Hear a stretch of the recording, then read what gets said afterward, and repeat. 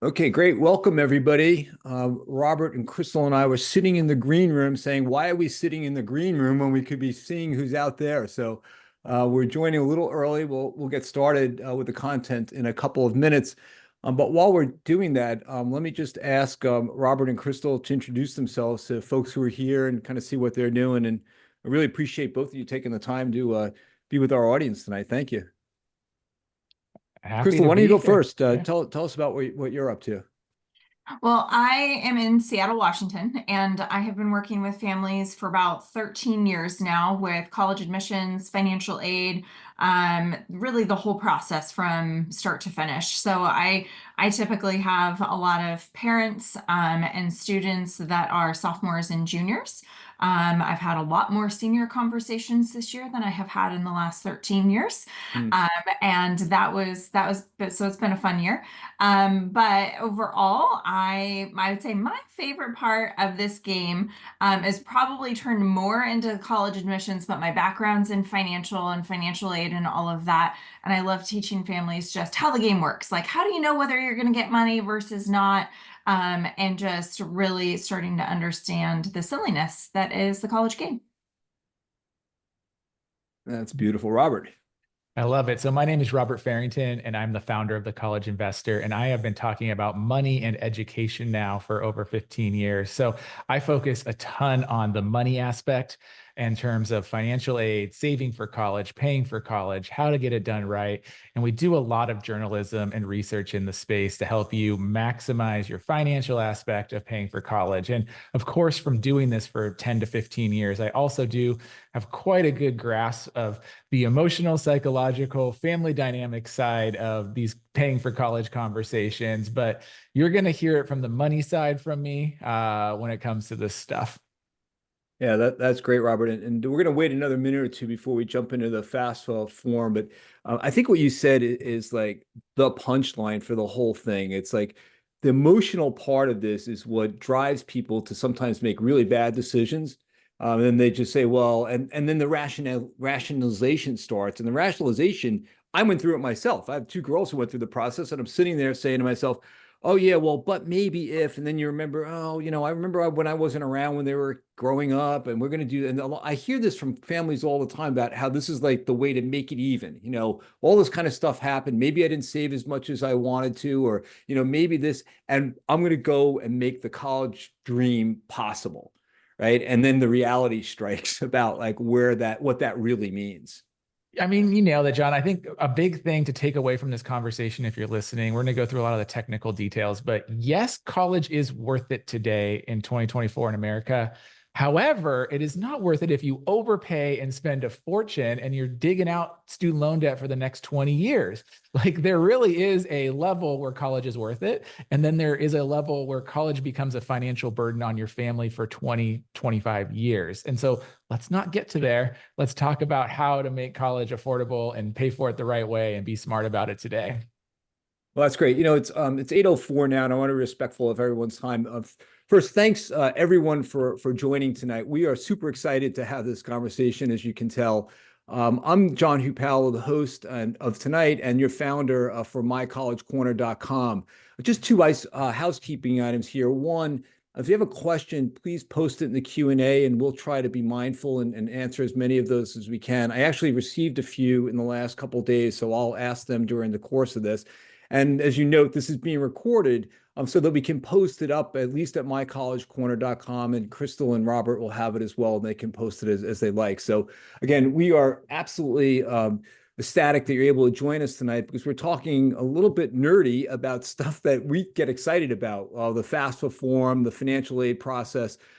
For those who are just now joining, we have Robert Farrington with us. Robert is America's millennial money expert. I love that, Robert, the way you say that. But he puts out a ton of really great free content about saving, planning, and paying for college in all kinds of different formats. So go in and find Robert's websites, his TikTok channel, all the rest, and you'll really get a great education on everything financial. So Robert, welcome. I'm really glad to have you here. And then Crystal Tate is the founder of Crystal Clear College Planning. She She probably didn't know that her parents did her such a great favor by naming her Crystal, because Crystal Clear College Planning is a great name for a college planning company. And her goal is to help you pay for college without going broke. And that's also something, Crystal, that I think is just fantastic. When we talk about it, that's what it's all about. Let's find the college experience without going broke. So she's in the trenches day to day, talking to families about how to pay for college without going broke. And we're going to get a lot of great information. So before we jump into the FAFSA form, I do, with both of you, want to ask one question. It's the elephant in the room. You know, last year, the rollout of the FAFSA form was clearly a well-documented train wreck. Nothing about it went right. The Department of Education, frankly, was not very forthcoming with the problems that they were having. And so we know what happened. It dragged through the whole year. The reform was released very recently for all comers, and I haven't seen very many problems. Is the rollout much better this year? It definitely seems that way. Yeah. So I'm, far, no craziness. it seems like it's going pretty smooth. Nothing that we would expect out of the ordinary. People are getting them processed. And even on the college side, I haven't really heard any issues getting the ISARs and things going. So it seems like it's smooth sailing. Which is so exciting.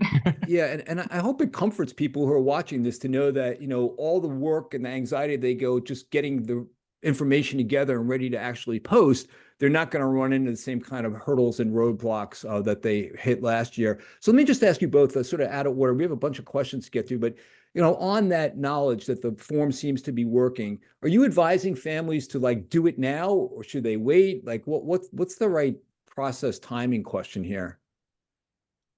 So from being in the trenches, it's more our financial aid forms filing team just started last week in really getting financial aid forms submitted, because we didn't want to be at the forefront and find out that they were still a hot mess and be part of that. So it's been more like our goal is to get things done here by the end of the year for all of the families that we're working with, to make sure that they're timely.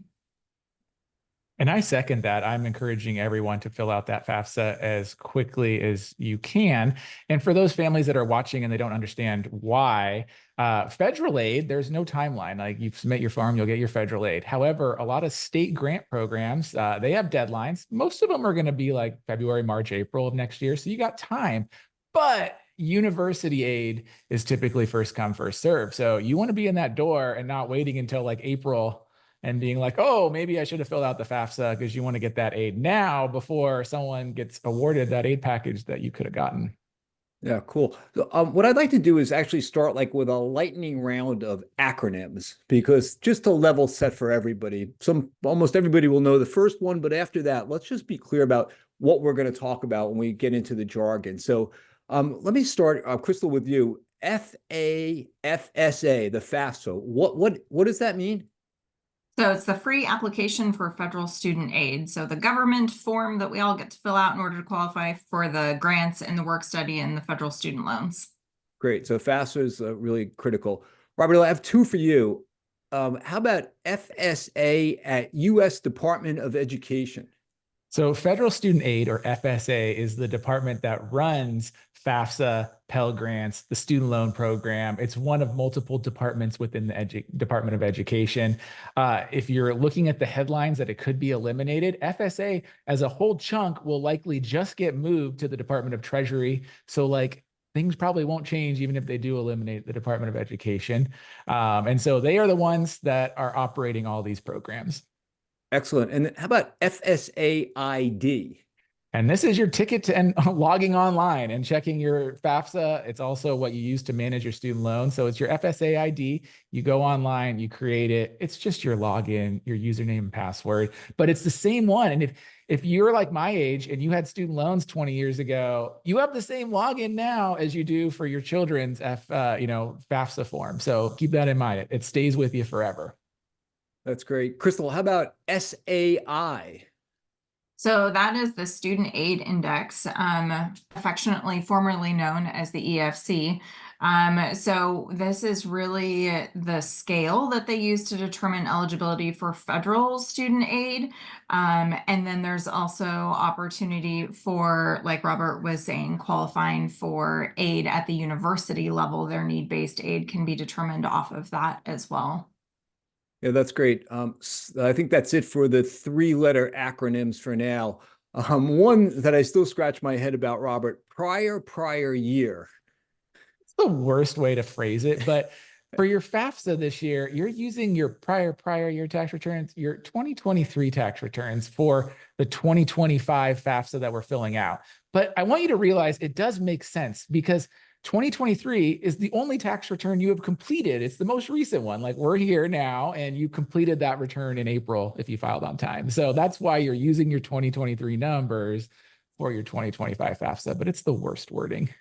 Yeah, some marketing genius at the Department of Education probably got a promotion on that one. I don't know how that happened, but Crystal, let me ask you just a general topic that's really important for this discussion, and that's need-based versus merit-based financial aid. So this is really fun, and really the world that I live in is teaching families the difference between, can I get need-based aid or merit-based aid based on my student's academic profile and my family's financial profile? And then what does that mean in terms of the kinds of money that that school gives? So it is super important to start to understand. That's why I kind of said this earlier. It's the game that they play. And so where does my family fit into this role of being able to qualify for what kind of money, need or merit, or a combination of both? Yeah, excellent. Thank you. And then we're not going to talk much about this, Robert, but the CSS profile is a term that a lot of folks know about. And how does that fit into this picture? So the CSS is a secondary application that you submit for financial aid, and it's used by about 275 private colleges. So if you don't know what to file, everyone does the FAFSA. And if you're going to one of these 275 or so schools, check with their financial aid office. They usually communicate it very well. Fill out the CSS profile as well. It's very, very similar, but there are a few different nuances, and that could be a whole other thing, but you can Google that one. Yeah, that's like a whole separate topic. I'll just say it this way, that some folks say that they have some anxiety about filling out the FAFSA form, and hopefully that will be relieved based on what we're going to talk about tonight. But for the CSS profile, they really dig a lot deeper, and they characterize things differently, and it is I'm going to say it is a whole different beast. So looking at that separately for families that have to do that. That's probably the best advice that you can give somebody, and we're not going to dive too much more into that right now. So what I'd like to do, though, is actually get into the weeds a little bit. So far we've figured out that the FAFSA, the free application for federal student aid, is the form to get federal aid eligibility for federal aid, which means grants, work study, and federal student loans. And the really critical thing about this is that the student aid index, and Crystal said it really nicely, is it's not a number per se. It's a number, but it's not really used quite like a number. We should get into this in a little bit more detail about how that scale works. But before we do that, Robert, let me just ask you, we talked a little bit about other users of the FAFSA form information, some states. Are there any others that will use that information? Yeah, so the FAFSA, not only does it unlock your federal student aid, but it can unlock state student aid. So a lot of states offer grants, and sometimes they call them scholarships, but they use that FAFSA form. So your FAFSA will get sent to these state grant agencies. I'm in California, they have the Cal Grant program. New York's got theirs, and there's a bunch of different programs that use that information. A lot of outside scholarship places also will look at your FAFSA. Like while they say they're need-based, they want to see that financial need from the FAFSA results. And even some merit private scholarship companies will want to see the FAFSA, and they're not going to necessarily award you all of it if you don't have financial aid, because they are looking to help people, and they don't necessarily want to award someone that already has a lot of money more money. Great. Crystal, anything to add to that? No, I see it every year where there are plenty of high income earners, though, that say, I don't need to fill out the FAFSA because I'm not going to qualify for financial aid, like literally that statement. And I go, Yes, that may be true at some schools, but the opportunity to get merit-based aid at some is tied to the FAFSA, and they don't recognize that they're leaving money on the table, even when you're a high-income family. And so it's important to file the form for the first year, no matter what, is always my rule of thumb. I'll also add, I've noticed this year, and I want to say I'm going to botch the state, but maybe Michigan. Some of their free community college programs have no cap on your SAI. So any student in the state can still get free community college, even if they're from a wealthy family. And so even if you don't think you need aid, like go in, fill out the FAFSA and see, you might qualify for state aid. Yeah, the other point here, and this is a smaller one, but there are now 8 states that are going to require the FAFSA to be filed to get that diploma at the end of the senior year. And there are some opt-outs in there. But when people ask me, I say what you said, in addition to the fact that every student, no matter like how wealthy the family may be, no matter what the assets and the income, they're eligible for a student loan, right? And so, those student loans, and what, 60% or so of students in school need a loan. So, there are lots of reasons to do that. For Crystal, thanks for bringing that up right at the top, because I think it's really good advice to have all filers, not just because it's required for graduation, but everybody should try to do that a little bit. So let's start at the top of the funnel, Crystal. Let's get into the idea of like, how is this FAFSA filing process initiated? Who's responsible for that, and what should they do? So what you're going to start with is what Robert was saying earlier, which is getting your FSA ID. So, right, that's your username and password in order to go in, log in, create your account. A parent needs one and a student needs one in order to complete it. And then you're going to play with that game of having to submit information, both income and assets, for both the parent and student.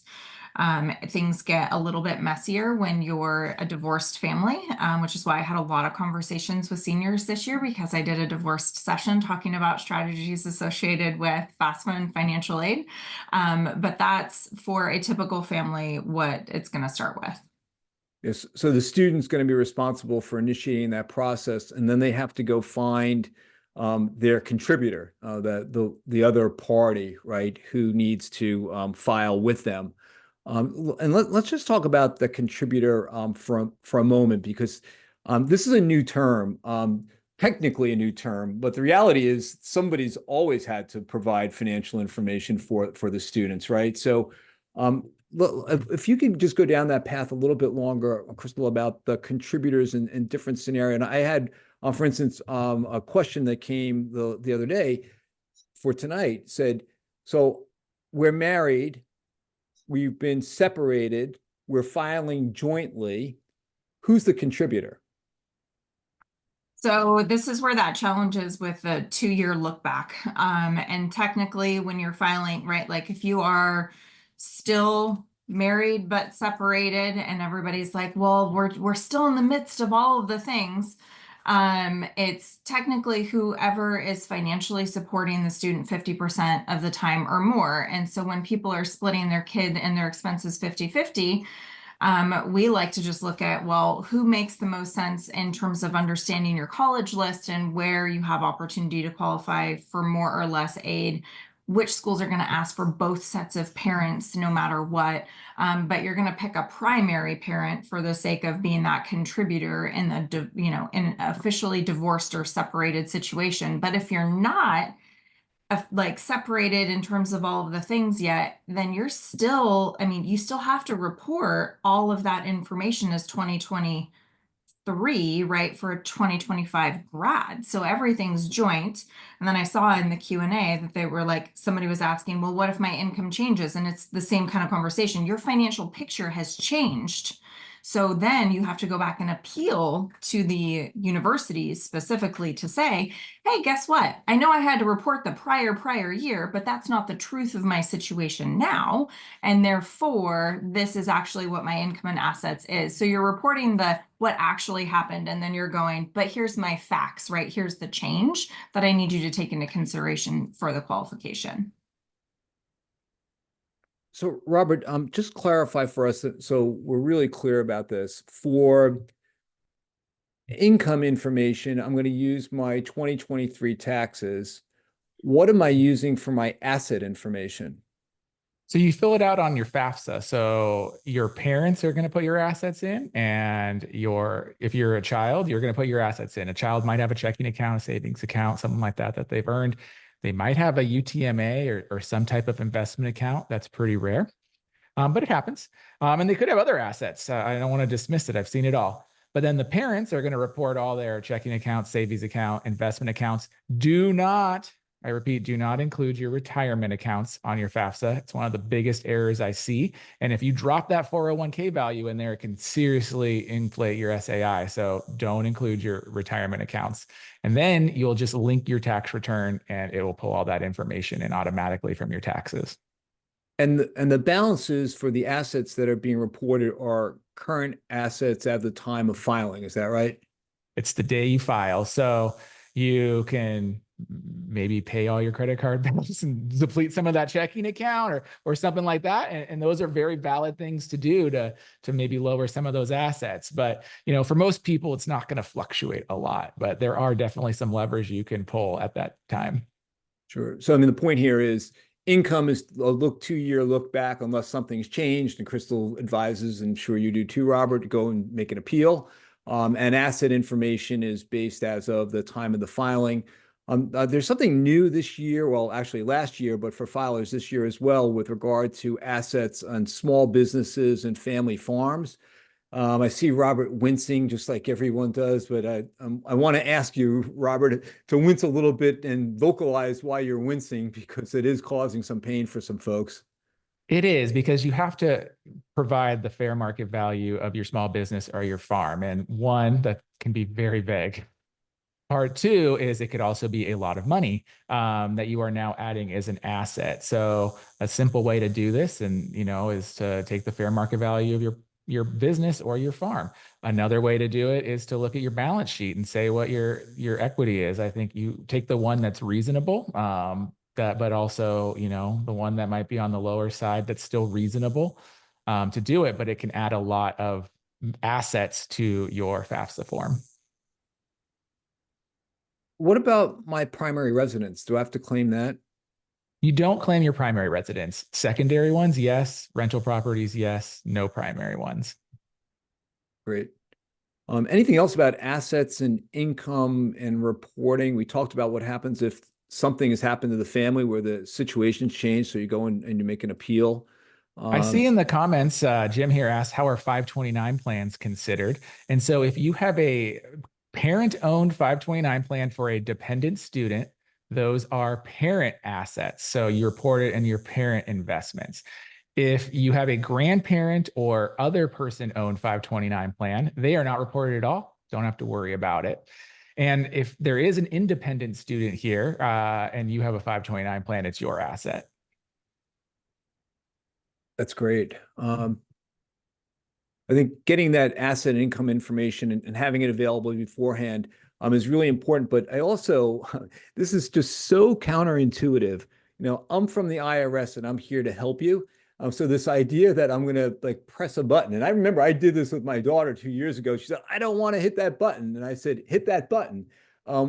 Crystal, what do you tell folks about? They talked at the beginning about the emotion of it. Are you finding that people are somewhat reluctant to rely on the IRS, and has that actually been helpful in the FAFSA simplification process the Department of Education has been looking for? I would say I have skeptics every year. I think I've gotten one so far already that was just like, no, do I really have to hand over my information? Is this really necessary? And so for sure it can be a challenge. Do you recommend though that people do it? And let me ask this, I'm going to say this. I think it makes sense to do it, right? If you can get over that hump, you do it. But Yes. what if you really don't want to? How do you, what's the remedy for that? Or what's the option for a family that just doesn't want to do it? And I have families every year that will then decide that they don't want to. And honestly, I usually assess it based off of their schools on their list and just what I've seen happen in the past, in regards to, could I lose out on, say it's a high income asset family, if they don't care about how much it's going to cost, I guess it doesn't really matter either way if they're okay being a full pay candidate, right? Like then the repercussions is, well, you just might pay full price. If that's okay with you, then that's okay with me. But that is a very small group of people because most people don't like to pay sticker price for stuff. Right. Yeah, and Robert, you said something before, and I think somebody heard part or maybe not all of it about sort of emptying out your bank account and sort of in justice saying, may pay down your bills or whatever. But I think, two things. One, nobody thinks it's a good idea to sort of game this system per se. But what you were suggesting is that, if you have some bills and you have some money in your checking account and you happen to pay that bill the day before you file your FAFSA, you'll have less in your checking account. Is there any more to that? Yeah, so the FAFSA looks at your assets, so your checking account, your savings account balance, your, investment account balance, not the retirement stuff, but your other investment account balances. But guess what? They don't look at credit card debt, auto loans, things like that. Your home mortgage, since your primary residence isn't included in this. So, I'm not necessarily saying to game the system, but if you were gonna make your mortgage payment or your car loan payment on December 5th, you could make it today and then file the FAFSA tomorrow. And now that money has gone out of your checking account, which they do look at, and that lowers it. Now, I say in the comments, maybe it's $5,000 or so that's in your checking account. Is that going to make a big difference? No, not really. If you were talking about $40,000, $50,000, yeah, that could make a sizable difference. But a few $100s, a few $1,000s is probably not going to seriously impact your aid equation. But tens of thousands of dollars will. Yeah, and I'll say that I know some of the SAI estimators are out there. We have one at mycollegecorner.com. So if you're actually interested in seeing like what that will do, you can go there and just put in some information, and there's some bars that'll show you how a $5,000 change in assets or a $50,000 change in assets would affect your SAI. So a great question. But this is one of those places where, one of those issues where I think it's perfectly logical. Do some research, and I think you'll figure out fairly quickly that minor changes are just not going to move the needle all that much. Another great question in the chat, which was on the list of questions that I got the other day also, was, so, the parent says, we're divorced. I've had this, whatever it is, I'm just not going to give information to my son or daughter. I'm not going to be the contributor, can't do it. What happens for the student in that case?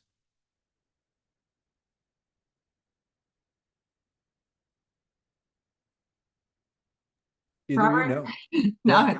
I didn't know.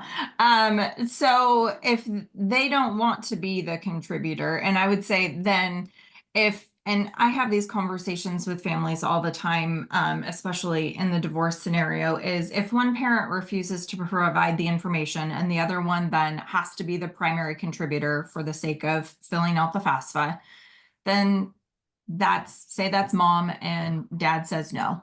Okay, fine. Then mom's going to fill it out. If there's any schools though that are going to ask for a CSS profile non-custodial form, then they're going to ask for dad's information no matter what. And the mom's not going to see it and kid's not going to see it, but the mom and student are then going to have to yet again appeal if dad absolutely refuses to submit his information to those universities that say, we want dad's information, right? So they have to be an advocate for themselves in that situation if there is some contention. Great. And how is child support treated for FAFSA purposes?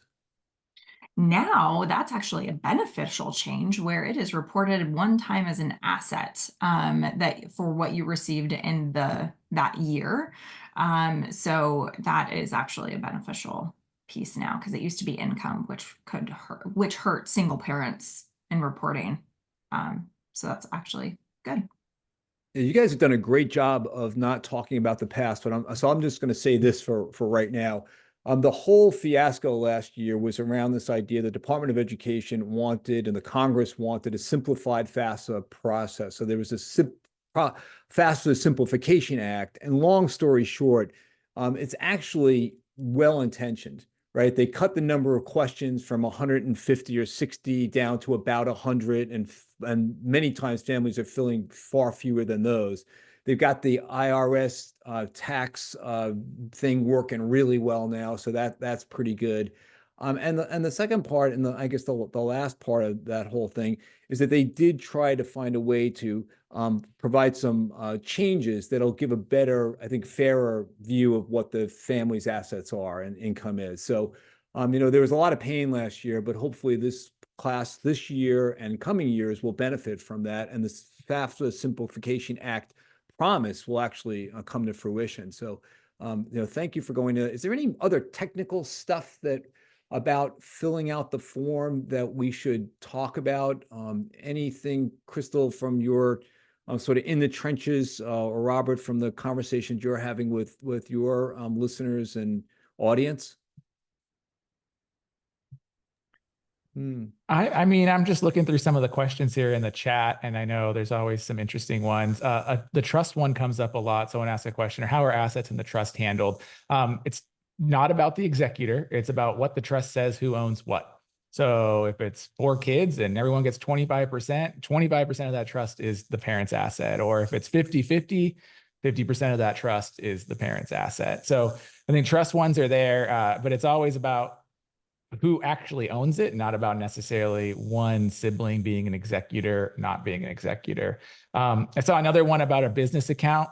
Again, it really depends on how your business is set up. If you're like a sole proprietor and it's just your side hustle, it's just going to count as your own checking account and be your asset. If you have an actual S corporation, LLC, something like that, you're going to treat it as a business asset. It's going to be inside the whole shell of the business. So you might also have some other value there, but you'll include it as part of the valuation of your business to treat that. So there's no straight answer, but for a lot of people, it's either just going to be your side hustle checking account and that you just count that cash, or you have an actual business value. That's great. So we've done a pretty good job, I think, of like getting into the weeds on some very technical questions. And thank you both for answering those where it's very understandable and somewhat intuitive. Let me ask this now. So the information's in, did the download from the IRS, everyone's happy, contributor, student, complete. Crystal, what's the next step now? What happens with that information, and what are we waiting for? We are waiting for the colleges to take that data and then determine how much they're going to give in terms of their institutional need-based aid, their merit-based aid, and to be able to kind of put the whole package together. So we start to do awards boot camps is what we call them in February and March, really explaining to families, how do you read this award offer that you've gotten that now is going to package all of these things, including work study and student loans, and how do I know what's free versus what's not? Because this is most of the time people's first time through this process with their kid, not really understanding what that true net cost is for them, and then being able to say, okay, this is what I've got. Were there any significant material changes that I need to report for my financial situation? And then appeal accordingly, and then be able to say, I can honestly make a good consumer choice by May 1st around what makes the most sense for my family. Robert, when does a student know what their SAI is? Does it just magically appear on the screen, or like where does that come from? That's the drum roll, right? For most families and most students, you hit submit, parents have hit submit, it will show up. You can log into your dashboard, you can see it. Also, the student, not the parent, but the student will get an email with it. There are times it will say like can't provide an SAI, check back, and it takes like 2 or 3 days, and then your SAI will appear. And yes, you can log into your dashboard and refresh it, and it should show up in a couple of days. But you find it right there on the FAFSA portal, or the student will get that email, and you'll see what the magic number is. That's kind of a magic number. The one thing you just said, again, going back to the emotional part of this, and I know it's a big deal for a lot of people, whether they're helicopter parents or not, it doesn't really matter, but this is the student's process, right? And this is kind of, they're for the first time actually responsible for making stuff happen. They're filing their application, but they're also filing all of this information with the government, and they are the touch point, right? And we are, as parents, are supporters in this process. We need to be sometimes, I'm going to say, more heavily handed supporters, but to try to understand that, you as the parent are not going to get this information back. So you need to sort of stay on top of this if your student is one of those who needs a little pushing. Again, one of the emotional points, but Crystal, I imagine you see this all the time in your practice. Is that right? I do. Yeah, it is. College is definitely like one of those number one emotional decisions that even at the forefront when we're trying to teach families and students how much this is going to cost them before they even get to that point of getting the award offer. It's hard for them to digest. Yeah. Great. Question came into the question. What if you're filing on the form on paper? How do you find out your SAI? Same process. Once they process it, it will be posted. Same process. It's just you have to allow time. You're going to mail that form in. Someone at Federal Student Aid is going to literally type your form in to the computer and it will process it and you'll find it on the dashboard. So like if you can avoid filing a paper form, just file it digitally. Everything's digital now. There's no benefit. There's only delay, headache, and the potential for error if you file a paper form. Also, someone asked, we will have this posted, that is the recording of this on mycollegecorner.com, and Robert and Crystal will have it as well. So you'll be able to find it in various different places. So thank you for asking that. I want to just drill into the SAI a little deeper. Crystal, you said before it says it's an index by name, but it's really a range. Can you just talk a little bit about, the range at the bottom is negative 1500, which is crazily counterintuitive. Like, I don't know where that came from, but it doesn't matter. It is, right? So it's negative 1500 is the lowest. And then what's the highest? And sort of embedded in that question, Robert, please help us with this as well. Is negative 1500 better than zero, better than 30,000, better than 60,000? Like what does this really mean? So I always teach families that when I do a class called How to Pay for College Without Going Broke, and the premise of that is understanding where your student best matches up within the academic context of a university, married with your financial picture best matching up with your opportunity to get aid. So this number is going to teach you if it's at zero, or negative 1500, right? Like I have the opportunity to qualify for all of the types of money available, whether it be need-based aid or merit-based aid, directly from an institution or from the federal government or the state, right? Like all opportunities are there. The higher that number gets, then the more challenging it gets to get money at certain types of schools. So I like to use state schools as an example. Like I'm in Washington, so University of Washington gives need-based aid when you are in the qualification based on poverty level for money, state and federal.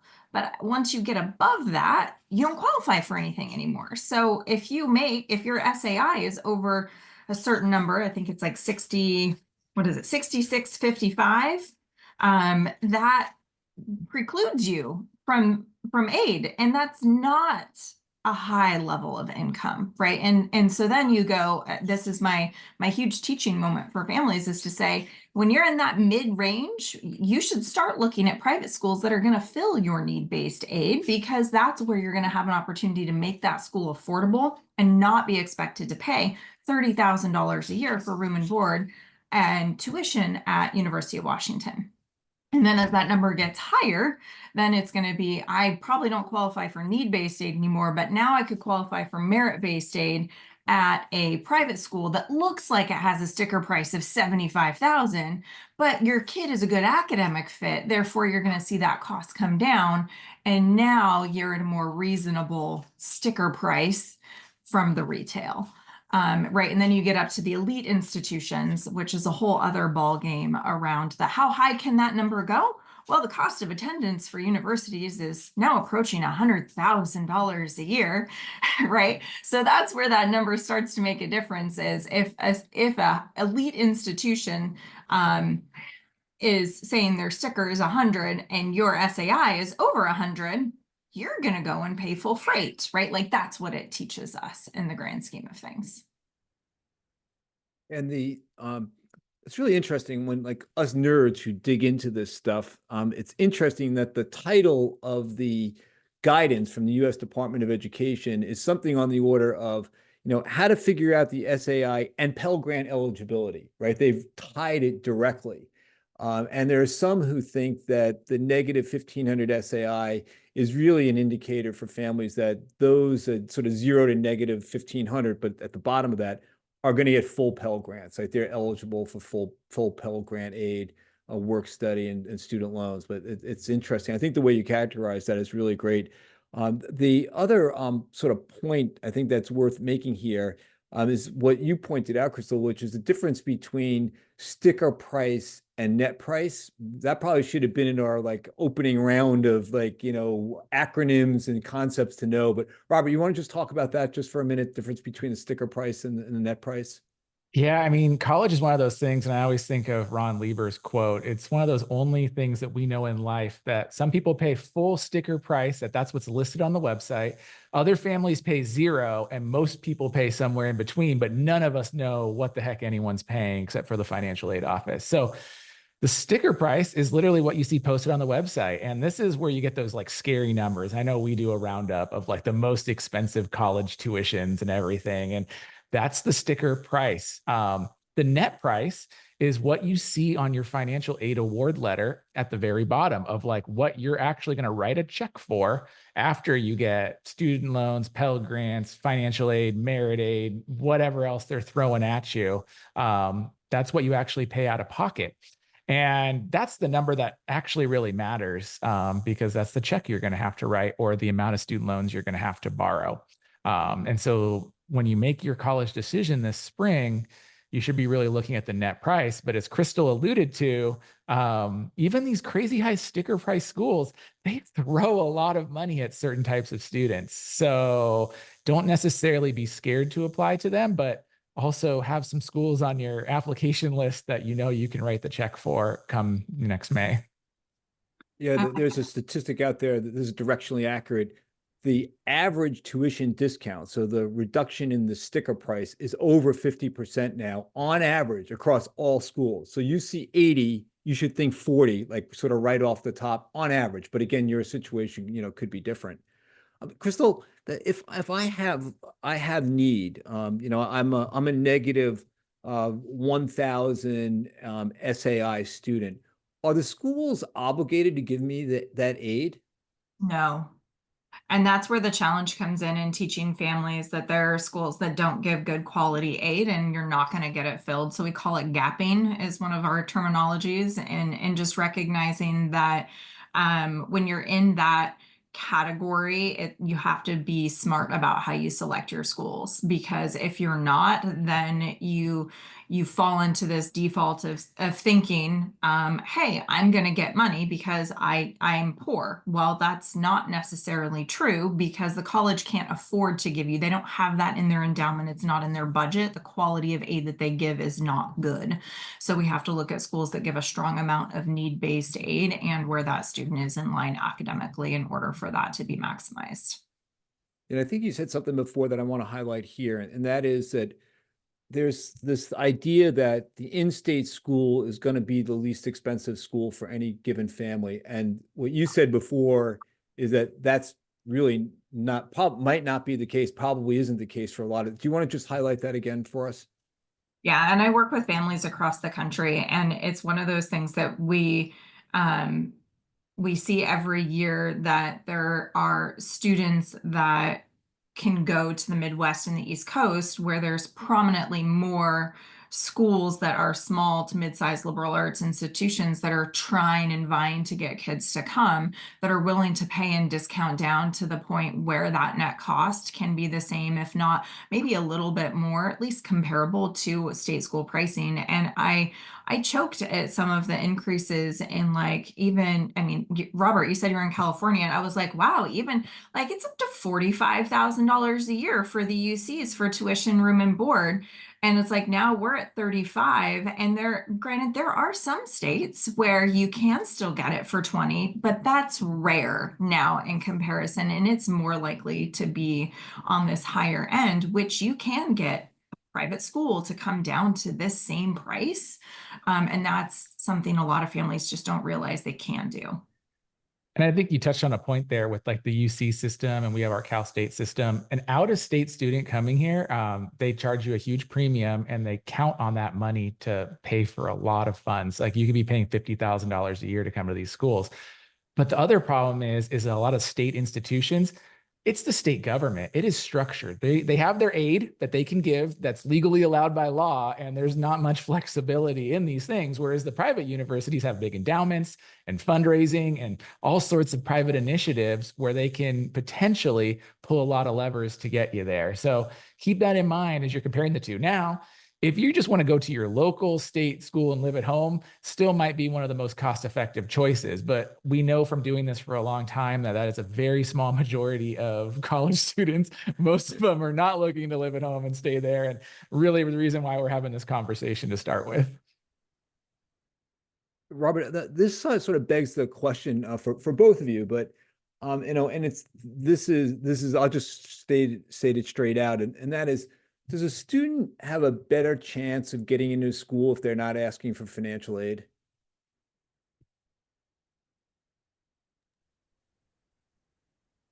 I'll let Crystal go. I mean, it depends. It's one of those, it depends. It depends. Yeah. Depends on the school. Yeah. And I will say this too, like there are shady things that happen every year. There are schools that are like, if we wanted to throw out special terminology, right? Enrollment management is strong with some of them where they really do figure out how much it's going to take to get you to come, and how much they don't have to give you to get you to come. And I could throw a couple schools under the bus from this last year too. I won't say names, but that where it was strong academic students got into universities, should have gotten merit aid, didn't, appealed, got money, appealed again, got more money, appealed a third time, got more money, right? Like, and it's one of those where, yet again, filling out financial aid forms sometimes is a requirement for some of these institutions still to get that merit-based aid or to get that consideration. But I will tell people that if you do have the ability to pay, filling out financial aid forms at some schools can also help your student get in. Because if you are able and capable to be a full pay candidate, right, it goes the other way, where you have to make sure that you recognize they need those people, right? Just like the California needs those out-of-staters to subsidize, right? It goes both ways. Like you just said, if you're going to a private school and you're going to pull pay, you're probably getting in the door. I mean, it's just what it is. If you're coming to California out of state, you have a very strong odds if you're going to pay that $50,000 a year. They do have levers they can pull, and it's kind of crazy that it can't happen. But again, craft your list accordingly, because it's not a guarantee. So this is why when people say apply to 7, 8, or 9 schools, you want like 3 shoo-ins that are going to work. You want like 3 that you can play some games with, and then you want a few in the middle there. And I don't know, Crystal, if you think the same way. Yeah, I in my world, I always say it's really nice to know that you're getting in and getting money, and that you have a lot of like opportunity to choose and play that game.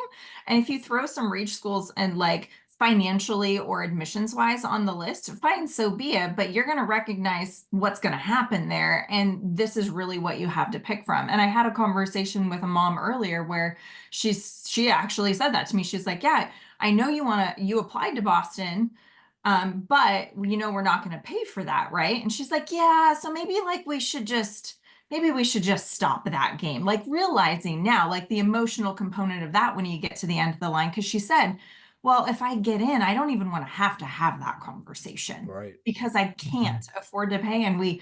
But not everybody thinks that way.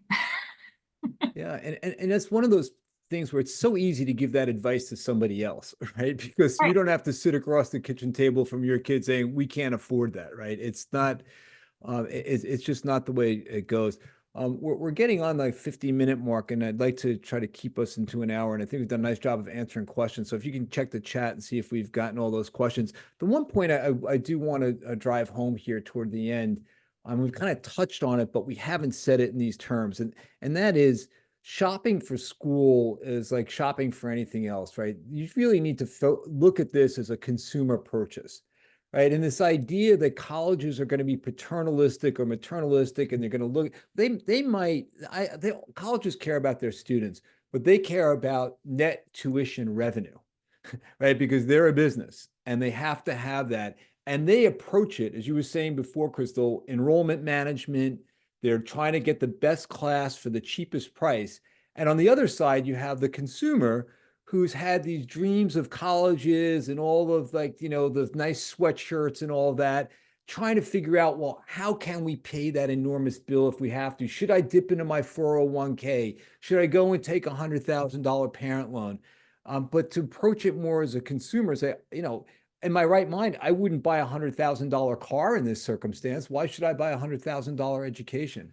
I imagine you agree with that, but you're in the trenches, both of you. How do you have that conversation with a family, with a student, and when?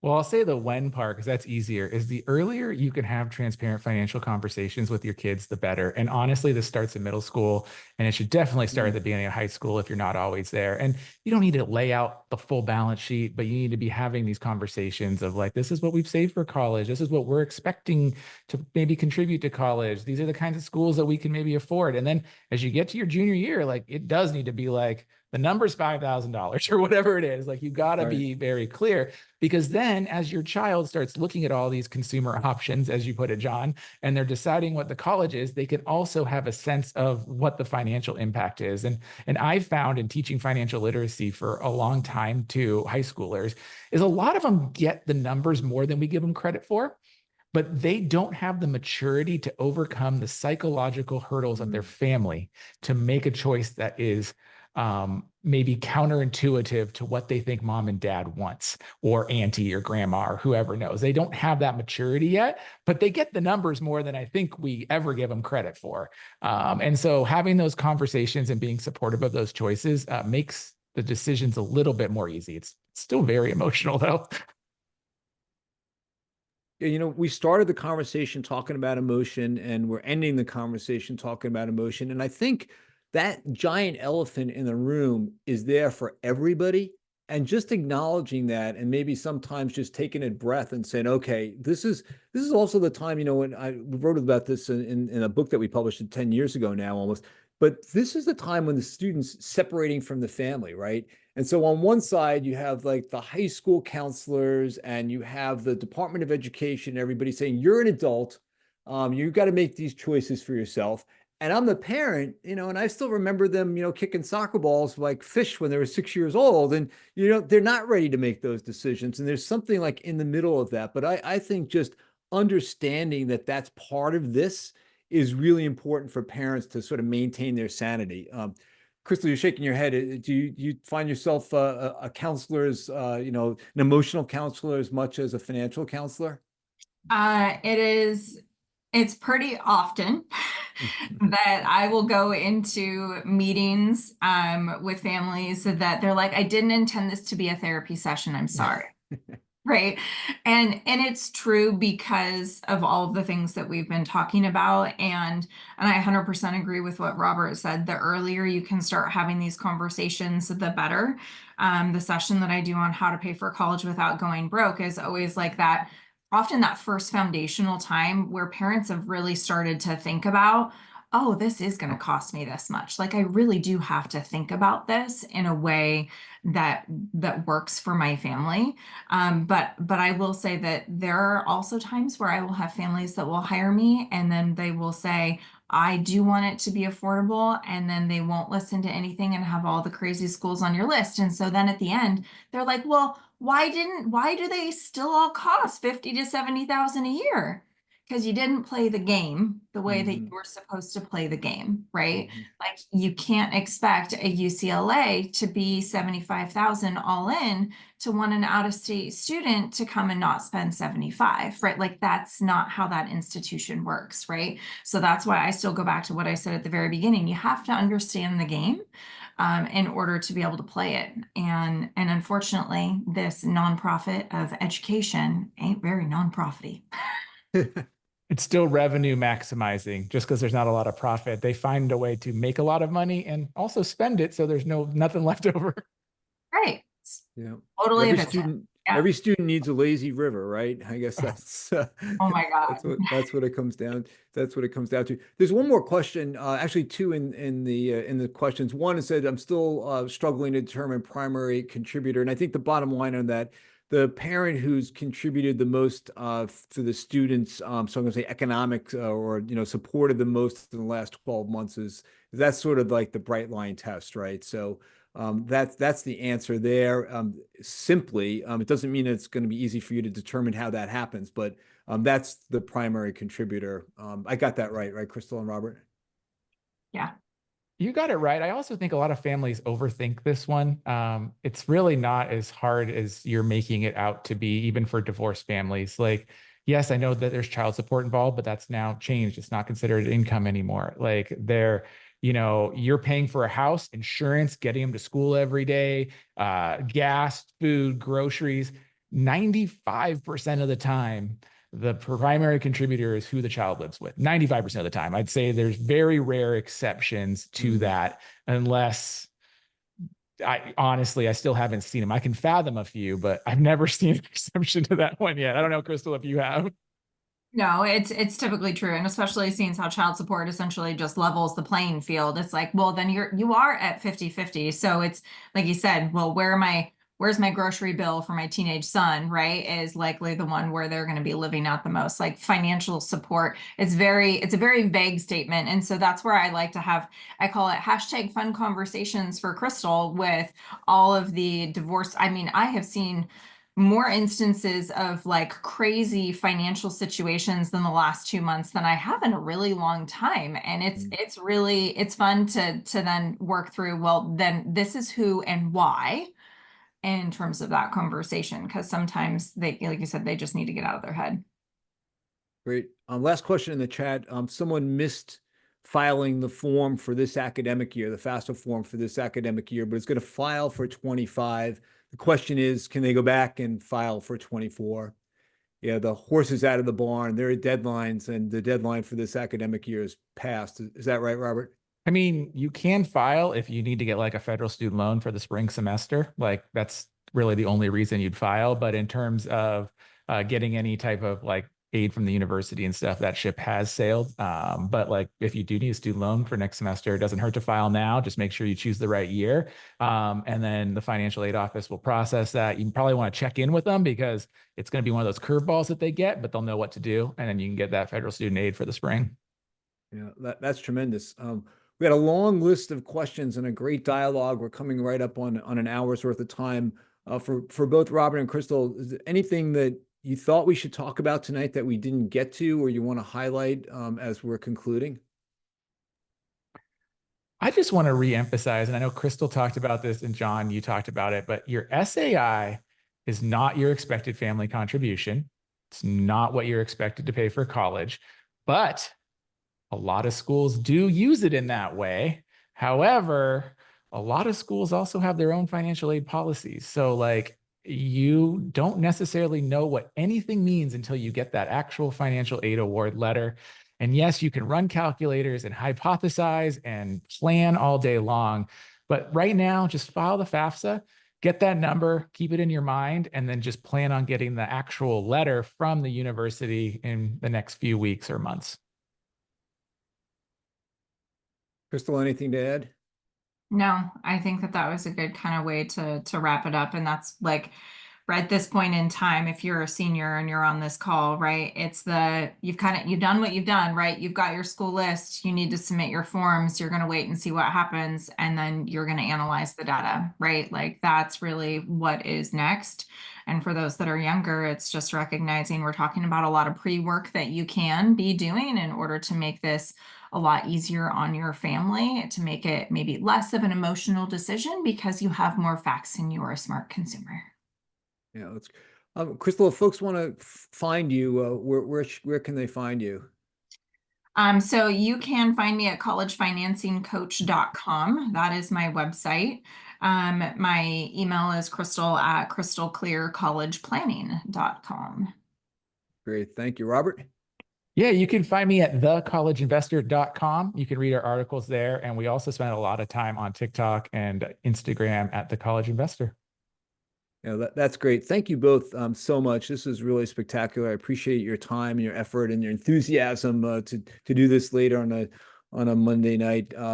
There are free, easy tools around. We talked about at mycollegecorner.com as an SAI calculator. So does crystalclearcollegeplanning.com, thecollegeinvestor.com. It's worth doing a little research. Check it out.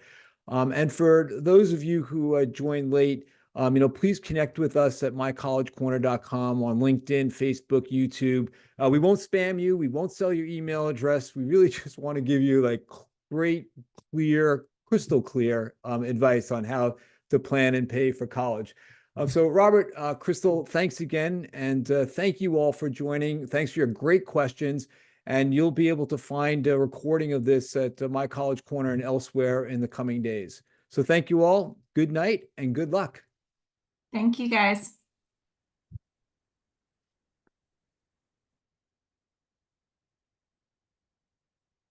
There we go.